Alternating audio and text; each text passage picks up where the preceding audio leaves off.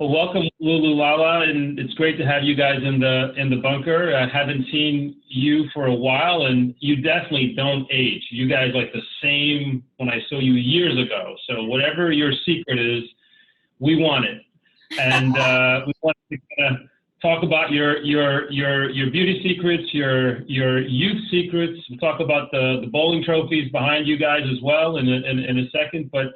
We wanted to hear from different walks of life and how different parts of society are dealing with the pandemic and dealing with issues that are complicated and challenging. And so Paul and I are delighted to have you in the bunker. Well, first of all, thank you for having us. Truly appreciate it. It means a lot to us. Thank you for telling us that we look the same. Young and the same. We'll give you the strategies on that in just a few, but thank you. It's a pleasure. It's been a while since we see both of you, and so thank you. I'm glad to see that you guys are doing great. Yeah. And we're in our own little bunker here. Yeah, that's right. Yeah, we see that. You have the distinction of being the first radio and television personalities we've ever had in the bunker with us. So we're honored to have your presence in the bunker. You also get the first distinguishment of being the first twins we've ever had in the bunker. So, so we're breaking new ground here in the bunker for sure. But I first met you, I believe, on the beach in Miami with my family and others, at least 5 years ago. And ever since, I've been following your careers via social media. And you guys have been in Miami, you're now in New York, and you're really doing great. And I'm fascinated by the whole thing. What's interesting now, though, and this is why we thought it would be great having you in the bunker, is, your, radio show, which you host daily in New York and could also be heard in Miami, has moved to a literal bunker, which I believe is in your parents' house in New Jersey. Is that correct? The room where you grew up and those trophies in the back? So this whole, I would imagine, moving into that room, doing the show from there, living full time with your, what's all that been like? We'd love to hear what's it been like and what are your secrets for coping with that? Okay, well, first, it's been a challenge, a good and bad challenge, having to take our show into our parents' house. We were in the living room and now we are down in the basement. First of all, before we even go further, it's been a challenge to live at home back with our parents because they still, parents will be parents and they still want to kind of like hover over you, and so we're adults, so sometimes it's kind of like you need to like back off a little. Step off. Right. But they don't. It's all in good intention, but it has been a struggle because we do have a dog, and anytime someone walks through the sidewalk, he'll go crazy. We'll be on air, and there's no way of stopping it. So it's worked out in a good way because people can relate and they laugh. They think it's funny. They know that we're here in our house. And it's good to have mom and dad around too, because sometimes we'll be talking about certain subjects and they'll put their 2 cents in while we're on air when we didn't ask. But that's what makes it funny because they come from the old school background. Yeah. And so some of these new modern ideas and the way people live nowadays, they kind of don't understand. So it's good to have that yin yang when you're on the radio. Another challenge is that sometimes when we were up in the living room, they would watch TV. So my mom would be watching her novelas or my dad the news, and it's like, we're live, you guys. You need to turn it off. Go to the backyard, stream it from your phone, go upstairs. Yeah, it's funny because this is it. I mean, a lot of people, because of the pandemic, are working from home, and this is the new reality. And so it's good to put that out on air because it just tells people, hey, we're in this together. We know what you're going through. We're going through it. And so we're just going to laugh about it because I'll tell you this, though. One of the great things doing the show from home is we've saved money traveling in and out of the city. And food. We get home-cooked meals. We don't have to keep buying out like we used to. Yeah, and also, I don't remember the last time we actually sat down as a family and ate dinner or ate breakfast together as a family. So it was, we needed it. We needed it because it was so much constant, hustling, work. We never had the chance to sit down and talk to them and They even get to see their relationship, the dynamic between my mom and my dad, and why it's lasted so long, and learn about them. You know, we know them as mom and dad, but I got to learn about like what my mom likes to do on her spare time. Same thing with my dad. So although there's challenges living here and working from here, there are more positives because we're with family, and I always say family above all. Yeah. Yeah, no, that's Family. Just a question here, as you go through it, what did they feel when you told them you were launching into becoming media moguls, radio and TV? How did they react being old, more old school? Did they react saying, hey, that's great, or? Well, here's the thing. When we were younger, we were very shy. People don't believe that, but we were very, very shy. We barely spoke to anybody. And so when we decided to go into this entertainment business, they were kind of like, are you sure? You don't even you don't even like to ask for more ketchup when you're at McDonald's because you have to speak to the person at the counter. And so it was kind of like, all right. But they knew that every time we were either dancing or in front of the stage or a camera, we would just light up. So they kind of saw that coming, and they were always very supportive. Now, did they understand the business? Absolutely not. There were times in radio where we had to be at concerts doing backstage interviews, and concerts start late. So my mom would be like, "It's 10 o'clock already. Why are you home?" And I'm like, "The concert hasn't even started. Yeah, this is the pregame before the concert kicks off." That's been the challenging, but they were always very supportive. They just, it's been a mission for them to try and understand certain things about the business. So have you, it seems like, just from what I can tell from following you on social media, you've taken the quarantine pretty seriously. I mean, as you know, the New York area was hit first and pretty hard. We've recovered pretty well so far, but it's still very cautious. Mm-hmm. It seems like you've taken that very seriously, right? I mean, you're really quarantining, you're really following the advice. Yeah, the reason is because we live with our parents, they're much older, they're at more of a risk of contacting the virus. So we are just been very protective. We have a backyard, and so we just spend our times there. Our nieces will come over. If we have to do grocery shopping, we'll do it. We don't really let our parents do anything because when my dad gets the flu, he gets it really bad. So I could only imagine how he would get if he has COVID. Yeah, and my mother too. So we'd rather just keep it safe. And just play it, by ear. But it is driving us insane because we need to get out. We have little by little started maybe taking a stroll through the mall very early, or maybe taking a walk at nighttime after we're done with our show. So those are little things that we've been doing. I did travel to Miami once during this whole pandemic because my boyfriend lives in Miami. So I escaped for a week. But when she came back, I made her quarantine in the basement. Yes. But I was very safe with everything. How did you travel? You flew to Miami? You flew to see your boyfriend? Yeah. But the thing is, it all happened like when New York was the epicenter. So going to Miami, the planes were empty. I was out of I don't know how many people fit in a plane. There was only 12 people on the plane. And then coming back, the same thing. So, and I looked like an astronaut on the plane. I had the gloves, I had the mask, I had the shield, I had it was insane. So, obviously these are difficult times for everyone, but it seems like you found really to look on the bright side and you're trying to make it as positive an experience as you can, right? I mean, how has it been, work-wise for you? Like all that equipment I see in the background there. Did someone from the radio station come and set you all up, or how did that work? And so we were in the studio when we got, we didn't even get a phone call. The engineer and our upper management came into the studio while we were on air and told us we need to evacuate the studio immediately because they were going to gas it with, I don't know what. And so it was kind of surreal. So they gave us all this equipment and they told us, it's not that hard to figure out. You can do it, and we'll guide you through the phone. And it isn't. It wasn't hard. And so we put everything together, and that's pretty much. We just now got a new system where we're able to actually take phone calls, and then we could edit them so that we could play it back.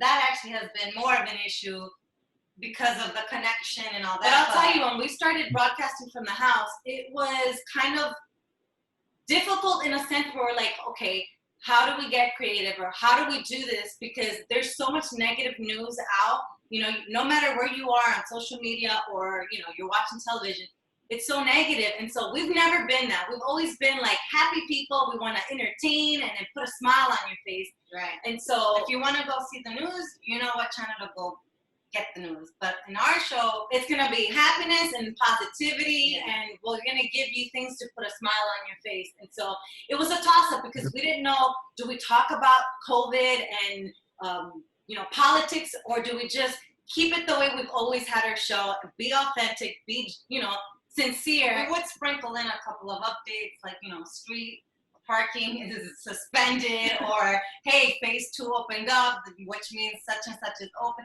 Stuff like that. But when it comes to like plus we don't want to be insensitive either. So it's like, do we say something? Do we not say something? It was, for us, actually, we got a lot of backlash when we actually went and protested and we joined the group here.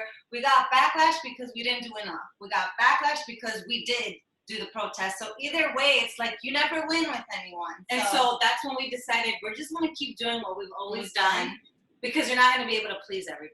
And so that it's been kind of like a mental strain sometimes, because you just want people to be happy, and sometimes you don't know how to do that. Like, what more can you do? Even with family, making sure they're okay. But sometimes we kind of. How do you guys come up with like what you are gonna plan to discuss for each show? Is it totally spontaneous and go into, or do you have a framework as to the topics, and how do you choose those topics in the current context? Exactly, in the current context of what's happening, how do you choose which things? Has that changed over time, or is that pretty much a consistent way you approached it and said, you know, whatever it is, we're going to go do what we do best? Right. So the way that we work, sometimes it's just spontaneous. Like, we won't even prep, we won't do anything. It's just off the top of our head, or what we're feeling, or we saw something on social media, thought it was funny, you know, get people's opinion. For the most part, when we prep, we obviously look at the news and see what are the trending topics that's happening, like in the city, worldwide, and in the United States. Music-wise, what music is out, what artists are, you know, what they're doing. And so based on what people put out, we'll take that and create a topic over it. Or something that happens to us that I know other people are going through, we'll use that as a topic. Or sometimes when we fight with each other, we'll take it on air. You know, like Lulu broke my blow dryer, you know, and I couldn't blow dry my hair. Well, don't you hate when your sibling, you know, takes to your stuff, and then people will call in and complain about their siblings, and it's relatable. Or sometimes we open up the phone lines and say, hey man, if you want to vent, you're mad at your husband or your boyfriend, and you're just mad at your job, or your kids are driving you crazy, call us up, vent it out, and this is your outlet. We want to hear, and we want to know what you're going through. So it sounds like you've been able to pretty much work from home pretty well, right? I mean, there's some challenges as you discussed, but for the most part, it's been relatively effective working from home, right? I mean, would you agree with that? We've been, for the most part, we can't complain. Yeah, we really can. You know, we have running water, we have electricity, we have the setup, we still have a job. And so we've been able to adapt real quick. And so we can't complain. Yeah. But I think a lot can be learned from your positive, you know, mindset, your positivity, and how you approach the pandemic. You know, you're going to make the best of it. You recognize it's challenging times. People are suffering. You're just going to be authentic. I think there's some real lessons that can be applied anywhere in how you've been operating, and people can learn from watching you. Absolutely. Thank you.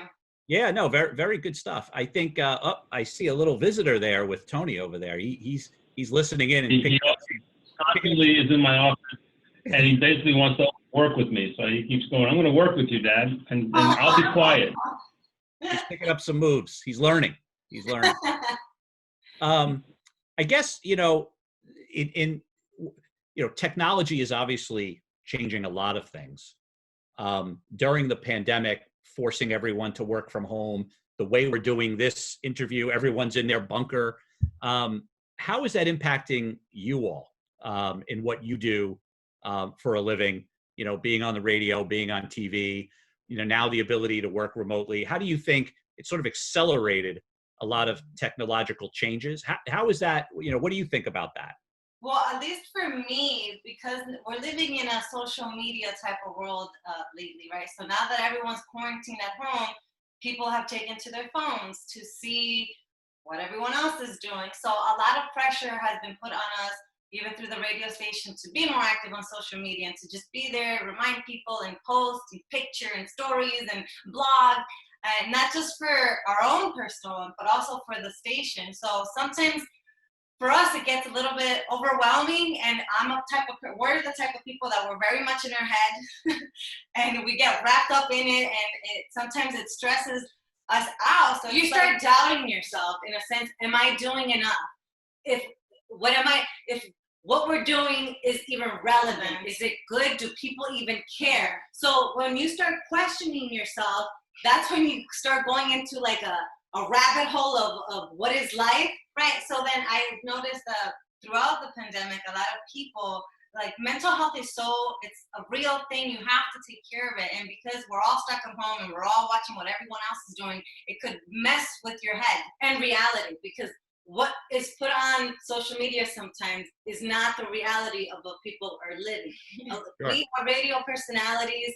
We're not rich. We're not, all glammed up.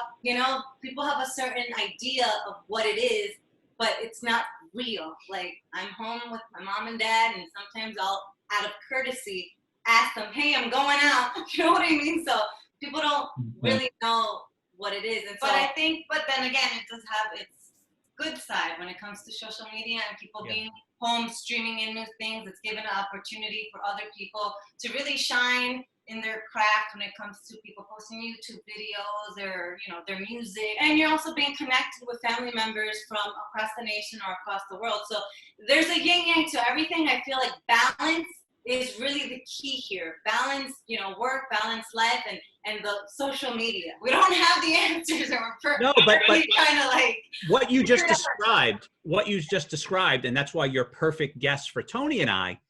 This is exactly what we were trying to do. When the pandemic started, Tony and I would have calls to kind of catch up on, the business and how we were going to run things and whatnot.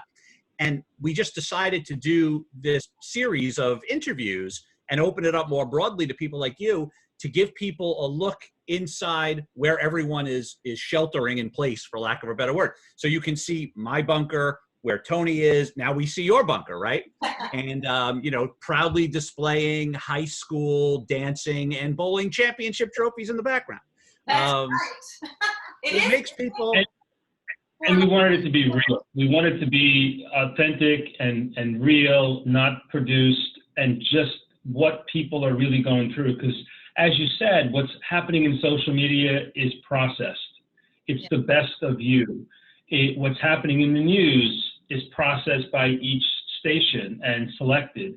And we just wanted to be raw. What is really happening, put it out there. And we're all dealing with the same issues, is what we've discovered. Whatever walk of life, whatever geography, we've had people from different places from around the world. And we are all going through the basic human things of our parents, our family members, our jobs, the fact that our families are exposed to our jobs. As my kid just walked in here while we were having an interview. He's done that a few times. He thinks he has permission. So it is that is that we are finding is common around the world. The other thing that was interesting is how do you sense, because now in the U.S. things are different state to state, and you came from Miami, you've now moved back to the metro area, and those have been two different reactions to the pandemic and two different leadership reactions. What can you tell us about the difference of just living in Miami, your experience there, and living and working now, not only at your parents, but in the metro area? Well, do you want to take? Go ahead. Okay. When we first moved to Miami, we had always vacationed in Miami. It's our second home. We have a lot of family down there. So we went in with an idea of what living was going to be in South Florida, and it was the complete opposite of what we had in our minds. Yeah, vacationing and living. Obviously, we come from the tri-state, so we are always fast-paced. How can we you know, Hustle. The how can we hustle's there. hustle? Let's make money. Let's do this. It's always nonstop work. When we went down to Florida, we realized it was the opposite. It's very slow. It's the Southern stroll. People are calm. We'll do it tomorrow, later. You know, let's take a 2-hour lunch. There's versus like no sense of urgency at in all, anything. at all. And so we didn't understand at the beginning, and so we adjusted. Another thing that we noticed down in South Florida was how different people are treated depending on what you look like.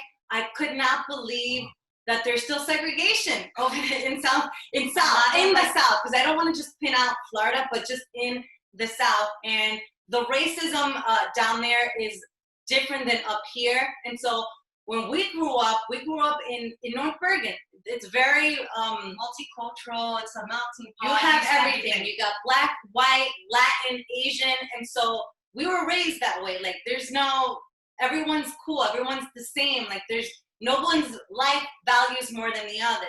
And so when we went down to South Florida, it was not that. And it was the simple things that it's like you go to a grocery store and the cashiers are white, and the ones that are bagging are stocking up shelves are black. And to me, I'm like, well, this is odd. Okay, at first I thought it was me, and then you start seeing, okay, no, there's a pattern here. You went to the mall, and then Macy's men is on one side, and Macy's women is on the opposite end of the building. So actually, living in Miami gave me a better idea of where we are in the world and in the United States. I haven't been able to travel a lot overseas, but just I understood now things I didn't understand living here in the tri-state, and so it really opened my eyes. So I want to, that's helpful. I want to go back to something that you said earlier when you were talking about working in this environment now in the lockdown. You talked about, you have some days, because I can relate to what you said here. You have some days where, you question, like, what I do, does it really matter? And I feel this constant need, and Tony and I have talked about this, to just always be productive, right? You feel like you should always be doing something. But when you're stuck at home and your personal and professional lives have no, boundaries, it becomes challenging mentally and otherwise. So how do you manage that? And for lack of a better word, stay sane, right? I ride Peloton. You talked about going out for walks, but how do you manage that stress, that balance, and stay healthy? At the beginning of it was a hard hit for us. I think for the first 3 months, we were like, oh, this isn't gonna last. We're gonna be okay. Like, let's just enjoy this month and not do anything. In fact, we even vegged out, gained a couple of weight, and we were like, no, it's cool. Then when we realized we're in this for the long run, then we decided we need to get our stuff together. You know? But like you said, there's only so much you can do. And then, like, if we wanted to do a video, or like, it was just challenging, because it's like what we said before. Who cares? This isn't relevant. This isn't relevant. People are without jobs. Musicians, for instance, have taken a really hard hit. Everyone that's worked like in touring and stuff, all those people, engineers and stuff, they've taken a hit because there are no concerts, there's nothing. So here we are, all sad, but at least we're still working. Yet other people are just, not knowing if they're gonna get a paycheck the following week. What we decided to do, at least for me, I decided to get on this health kick. Like, all right, I've never really I'm young. I'm not dying anytime soon. I don't know. Hopefully, knock on wood, that doesn't happen. But I decided to take health into consideration, like start working out, start eating right, no more fast food. And so I went that way to keep myself busy, Juicing a lot. And so that was really the thing that kept us balanced. We're like, all right, this is the new reality. We can't be 24/7 work mode, because we're going to drive ourselves insane. And we did, because when we realized we're in this for the long run, and at least until the end of 2020 or 2021, we can't just be all about work. Now, I'm going to challenge you a little bit, because I told you I watch you on social media. I don't remember who it was, but somebody was eating Burger King the other day. Okay. Whopper. Admit it. Well, yeah, because you can't be drastic in everything you do. It's like what I said earlier. Balance is everything. If you drink too much water, you're gonna you know, opilate. I don't know how to say that in English. So you just gotta balance everything. You can't go super green. You can't go, you know, all fast food every day, all day. And for me, I also I had to step back and get off of like social media and overstress myself and overthink like I normally do. And I actually enjoyed watching a few series on Netflix. But it's this constant guilt that I always have. Like, I'm wasting time watching TV when I could be doing something else. But what is that something else? So we've learned to just let it go. It's gonna be fine.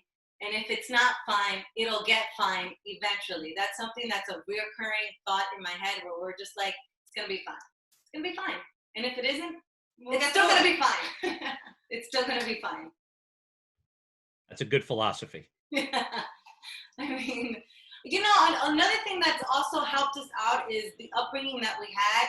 My dad came from El Salvador with nothing, you know, very poor, very humble beginnings. My mom came from Cuba, had to leave because of the communism over there. And so their upbringing and them teaching us and showing us, this is where I came from, this is what I had to do. Like, you guys have it, you girls have it great considering where we came from. And we always appreciate that because we had to work our butts off to be where we are. And it's because our parents worked their butts off to give us the life that we have. So we always keep that in mind, and we're always very appreciative that we have a roof over our head. Because I know lots of people don't have that. That's a luxury for some people. Sure. Well, we really appreciate you guys joining us in the bunker, sharing your story, sharing your vision of balance, your vision of self-determination, of self-worth and self-work, and an example to people, and your positivity. I think it's great to see you guys succeed. Paul and I always talk about that, and we thought that's why it'd be great to have you in the bunker. Thank you so much. We do have our good and bad days. We constantly bicker all the time, but it's just part of life. And like I said, we're very much in our heads. And we're happy that you guys are doing something like the bunker because, like you said, super relatable. We all are in our bunkers, and you know, we're all going through it. So I think this is great. I've seen some of your other episodes, and it's relatable. Yeah, we're all going through it. We're all. So I have to ask one question, okay? Because during this interview, I've noticed on several occasions you actually even finish each other's sentences. That's how close you are. We mimic ourselves too, like Simultaneously. Yeah. So do you ever do anything without each other? I have to ask. Like, even on social media, you're always together. Are you ever apart? Ever? When I'm with my boyfriend, of course, you know that we are together a lot, but we do have our days where it's like, I've had enough of you. Let me have a day for myself. But we do things separately, you know. Yeah. Also, I feel because we're twins. There's like a misunderstanding, at least in our family, there's a misunderstanding that we always have to be together. Like, if I go to the mall, it's like, why isn't your sister going? We'll get questioned. Like, our parents are you guys fighting? But not even just our parents, our cousins, co-workers, because everyone's so used to us being always together that they think that we're always together, which for the most part we are. But we do have our days when we're separate. Like when I'm with my boyfriend, I'll fly out to Miami. He's coming tomorrow, so like I'm gonna be doing my own thing, and she doesn't get offended at all. Like I really don't. She gets jealous a little bit. Maybe at the beginning when she had when she first got her boyfriend, I was like, who is this guy taking time away from my twin sister? Why wasn't I asked? But I get over it. Now I'm totally cool. That's great to have you guys on. Yeah, so thank you so much for being here. You know, we have a global international viewership that watches this, so people will hopefully be seeing this from all over the world. And for those in the U.S., you know, they can catch you on iHeartRadio, New York, and KTU, the beat of New York, baby. I hope we've been entertaining. Awesome. Thank you so much for sharing all that with us. Thank you. Thank you. Stay safe.